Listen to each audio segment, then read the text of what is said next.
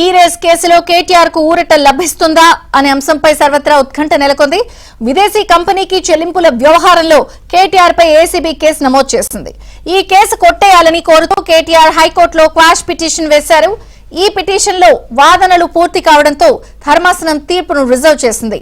ఈ నేపథ్యంలోనే కాసేపట్లో వెలువడే తీర్పు ఎలా ఉంటుందో అని రాజకీయ వర్గాల్లో ఉత్కంఠ నెలకొంది. కేటీఆర్ కు అనుకూలంగా తీర్పు వచ్చి ఆయనపై కేసు కొట్టేస్తే ప్రభుత్వం ఏం చేస్తుంది, లేదా కేటీఆర్ పిటిషన్ ను కొట్టేస్తే పోలీసులు ఆయన అరెస్ట్ చేస్తారా అనే చర్చ జోరుగా జరుగుతోంది.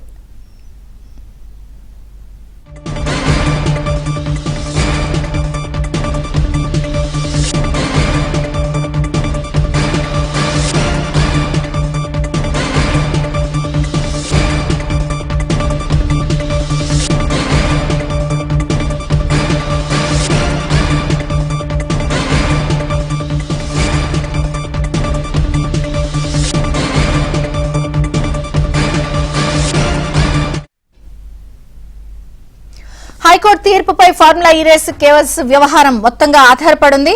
అయితే ఈ కేసుకు సంబంధించి మరి కేటీఆర్ కు ఊరట లభిస్తుందా లేదా అన్న అంశంపై సర్వత్రా ఉత్కంఠ నెలకొన్న నేపథ్యంలో హైకోర్టు దగ్గర మా ప్రతినిధి ప్రవీణ్ ఉన్నారు, అలాగే బీఆర్ఎస్ భవన్ దగ్గర మా ప్రతినిధి నరేష్ ఉన్నారు. ముందుగా మనం హైకోర్టు దగ్గర ఉన్న ప్రవీణ్ తో మాట్లాడదాం.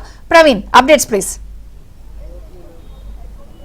ఇప్పటికే ఈ ఫార్ములా కేసులో తనపై నమోదైనటువంటి ఎఫ్ఐఆర్ ను క్వాష్ చేయాలంటూ కూడా తెలంగాణ హైకోర్టులో కేటీఆర్ వేసినటువంటి పిటిషన్ కు సంబంధించి సుదీర్ఘ వాదనల తర్వాత మరికొద్దిసేపట్లోనే క్వాష్ పిటిషన్ కు సంబంధించి తెలంగాణ హైకోర్టు తీర్పునివ్వబోతుంది. అయితే క్వాష్ పిటిషన్ లో సుదీర్ఘ వాదనలు వినిపించడం జరిగింది. సెక్షన్ 409 అప్లికబుల్ కాదు, కేటీఆర్ పైన పెట్టినటువంటి సెక్షన్లు ఏవి కూడా వర్తించమనేటువంటి అంశాన్ని పదే పదే కేటీఆర్ తరపు న్యాయవాది తన వాదనలు వినిపించడం జరిగింది. మరోవైపు ఎఫ్ఈఓతో ఒప్పందాలు కుదుర్చుకున్నటువంటి సమయంలో అది ఎక్కడా కూడా అవినీతికి పాల్పడినట్లు కానీ ఎఫ్ఈఓతో ఒప్పందాలు కుదుర్చుకున్న తర్వాత కేటీఆర్ లబ్ధి పొందినట్టు కానీ ఎలాంటి ఆధారాలు లేవనేటువంటి అంశాన్ని న్యాయస్థానం దృష్టికి కూడా కేటీఆర్ తరపు న్యాయవాది తీసుకెళ్లడం జరిగింది. కేటీఆర్ తరపున దాదాపు 2.5 గంటల పాటు వాదనలు కూడా వినిపించడం జరిగింది. మరోవైపు ప్రభుత్వ తరపున అడ్వకేట్ జనరల్ కూడా తన వాదనలు వినిపిస్తూ కేటీఆర్ అధికార దుర్వినియోగానికి పాల్పడ్డాడు, అధికార దుష్ప్రవర్తనకు పాల్పడ్డాడు కాబట్టి కేటీఆర్ను ఏవన్గా చేర్చమనేటువంటి అంశాన్ని చెప్పడం జరిగింది. ముఖ్యంగా ఇన్వెస్టిగేషన్లో ఇంకా ప్రాథమిక విచారణ దశలో మాత్రమే కేసు ఉంది కాబట్టి ఇన్వెస్టిగేషన్లో అతన్ని విచారిస్తే అసలు వాస్తవాలు బయటపడతాయనేటువంటి అంశాలను కూడా న్యాయస్థానం దృష్టికి కూడా తీసుకెళ్లడం జరిగింది. ఈ కేసు ఎఫ్ఐఆర్ నమోదు చేయడానికి ఇటు గవర్నర్ అనుమతి కావచ్చు, తర్వాత అధికారుల అనుమతి పొందిన తర్వాత ప్రైమరీ ఇన్వెస్టిగేషన్ తర్వాతనే కేసు నమోదు చేశాం. కాబట్టి ఈ కేసులో కేటీఆర్ అనేటువంటి వ్యక్తి చాలా కీలక పాత్ర ఉంది కాబట్టి ఇతను పూర్తి స్థాయిలో విచారణ జరపాలి, క్వాష్ పిటిషన్ ను డిస్మిస్ చేయాలనేటువంటి అంశాన్ని అడ్వకేట్ జనరల్ కూడా తన వాదనలు వినిపించడం జరిగింది. ఇరు వాదనలు విన్నటువంటి కోర్టు డిసెంబర్ 31వ తారీఖున రిజర్వ్ చేస్తూ కూడా నిర్ణయం తీసుకోవడం జరిగింది.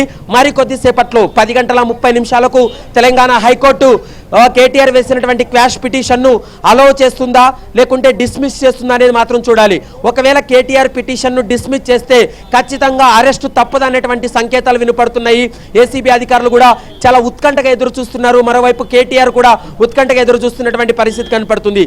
ఈ రోజు వచ్చేటువంటి తీర్పు తర్వాత ఈ కేసులో చాలా కీలక పరిణామాలు చోటు చేసుకునేటువంటి అవకాశం ఉంటుంది.